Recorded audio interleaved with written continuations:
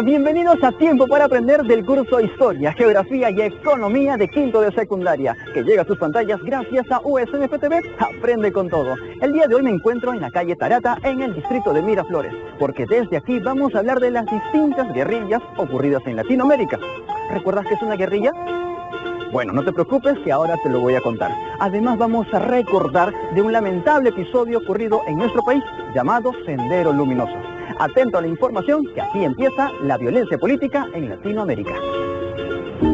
A partir de la década de 1960, en varios países de Latinoamérica surgieron conflictos internos, de los cuales muchos de ellos continúan hasta hoy. Pero, ¿a qué clase de conflictos internos nos referimos? No me refiero a las broncas entre tú y tu hermana. Como sabes, desde los inicios de la humanidad, digamos, desde la aparición del Homo erectus, han habido conflictos por muchos motivos. Por animales, tierras, metales preciosos y hasta religiosos. Pero los conflictos que ahora estudiaremos lo protagonizaron grupos subversivos de un país contra los militares de ese mismo país. Pero antes, ¿sabes qué es un grupo subversivo?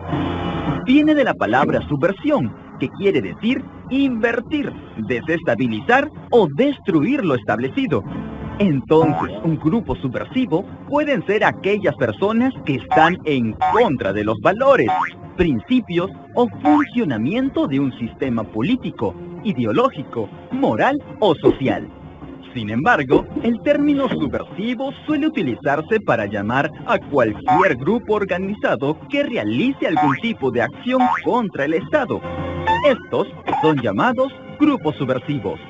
En nuestro país, a inicios de 1980, surgió un grupo llamado Sendero Luminoso, encabezado por este señor con pinta de Papá Noel, llamado Abimael Guzmán, que trabajaba como profe de filosofía en la Universidad Nacional San Cristóbal de Huamanga, en Ayacucho.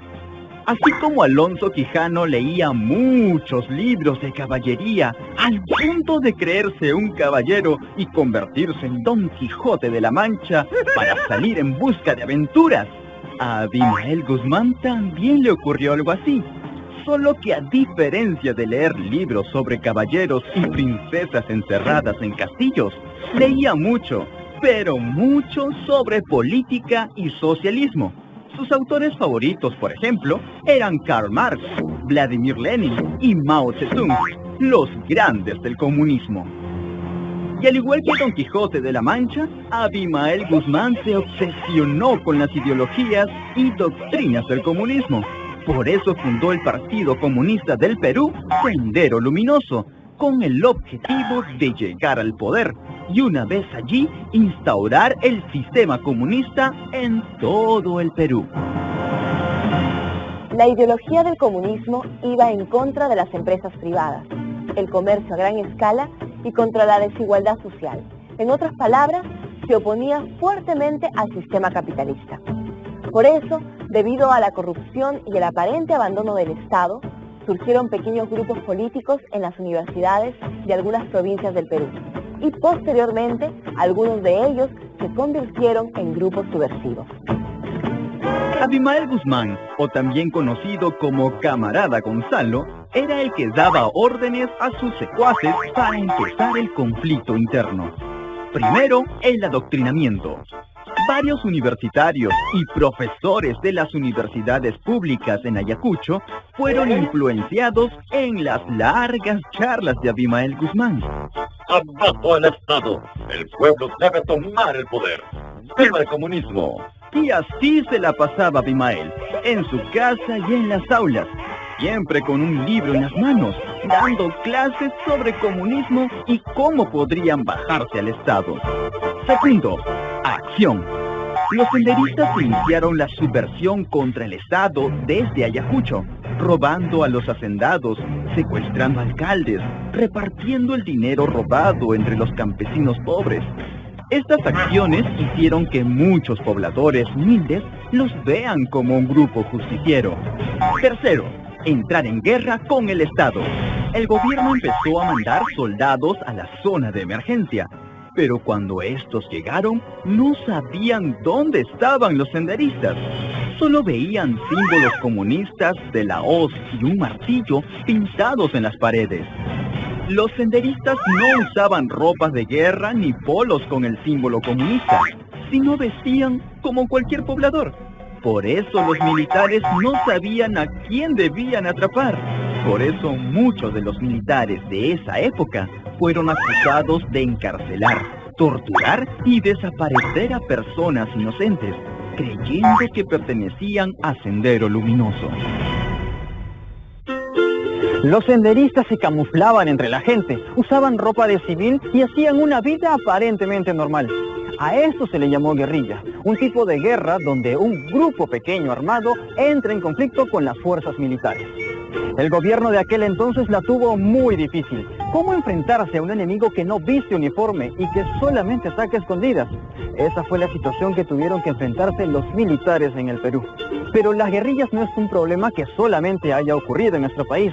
Ahora vamos a aprender sobre otros países donde también sucedieron conflictos internos entre civiles y las fuerzas del orden. Debido al desequilibrio en la economía, corrupción en la política, desigualdad en la sociedad y las dictaduras militares, surgieron grupos subversivos con el afán de cambiar la situación. En Argentina, durante el gobierno del presidente Juan Carlos Onganía, surgieron varios grupos subversivos, y uno de los más importantes fueron los montoneros, llenos de pensamientos marxistas. Otro grupo subversivo fueron las Fuerzas Armadas Peronistas y las Fuerzas Armadas Revolucionarias y el Ejército Revolucionario del Pueblo. El objetivo de estos movimientos guerrilleros era el mismo: tumbarse a los dictadores militares que gobernaban Argentina. En Uruguay, la guerrilla fue bien brava entre los años 1969 y 1972. La principal organización armada fue el Movimiento de Liberación Nacional, o Tupamaros. Los Tupamaros robaban armas, explosivos y alimentos, y los distribuían entre los más pobres. Pero le llegó el fin a este movimiento en 1972 por medio de una ofensiva militar al mando del presidente Bordaberry.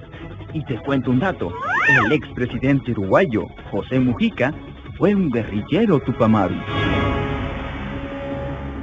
En el año 1966 se fundó las Fuerzas Armadas Revolucionarias de Colombia, o las FARC, al mando de Manuel Marulanda, convirtiéndose en la década de los 80 en la guerrilla más poderosa del continente latinoamericano. Pero además de las FARC, en Colombia surgieron otros grupos guerrilleros como el Movimiento 19 de Abril, que entre los años 1980 a 1990 cometieron atentados, secuestros y asesinatos a inocentes. Por eso, estos son considerados grupos terroristas. Volviendo al tema de Sendero Luminoso, este grupo subversivo empezó como un grupo comunista sin armas, pero con los años fueron cometiendo asesinatos, colocando coches bombas, colgando perros en los postes de luz, derrumbando torres eléctricas y dejando mensajes comunistas pintados en los muros. Las acciones terroristas de Sendero Luminoso se expandieron por varias provincias del Perú, llegando también a la capital.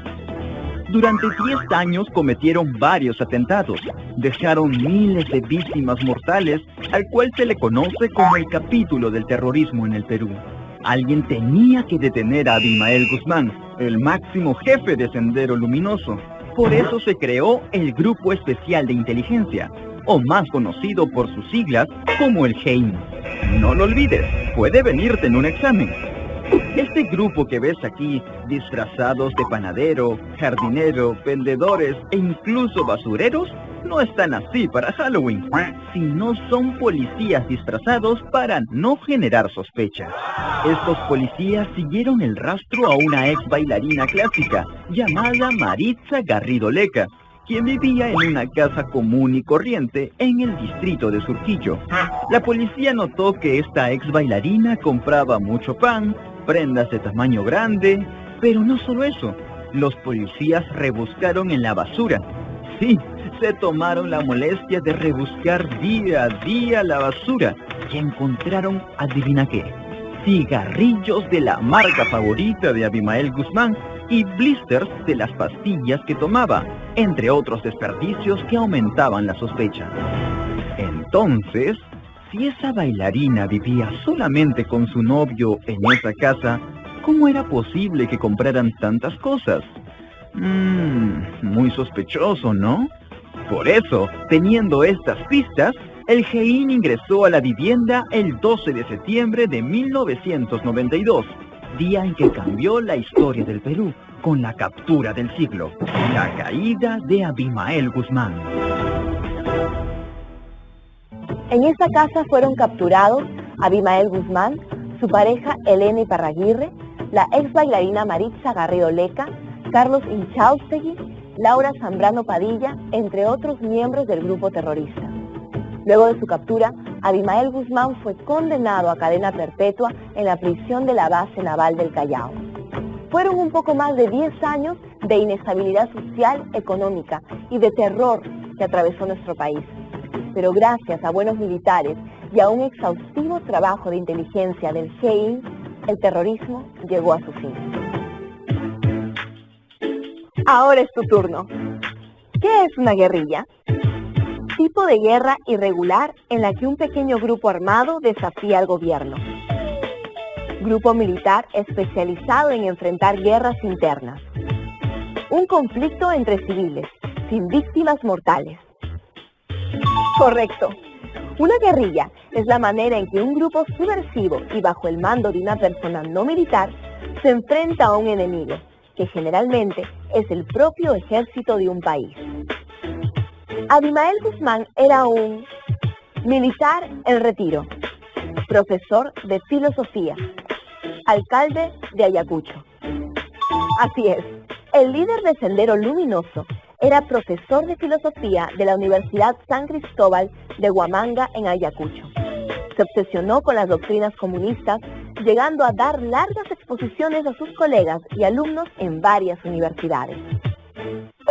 En nuestro país se han realizado varias películas sobre el terrorismo. Por ejemplo, Paloma de Papel, La Boca del Lobo o también el documental de Lucanamarca. Pues como sabes, una cosa es aprender la historia por medio de libros, pero otra cosa muy diferente es verla y así imaginarnos cómo lo habrán pasado la gente por aquel entonces.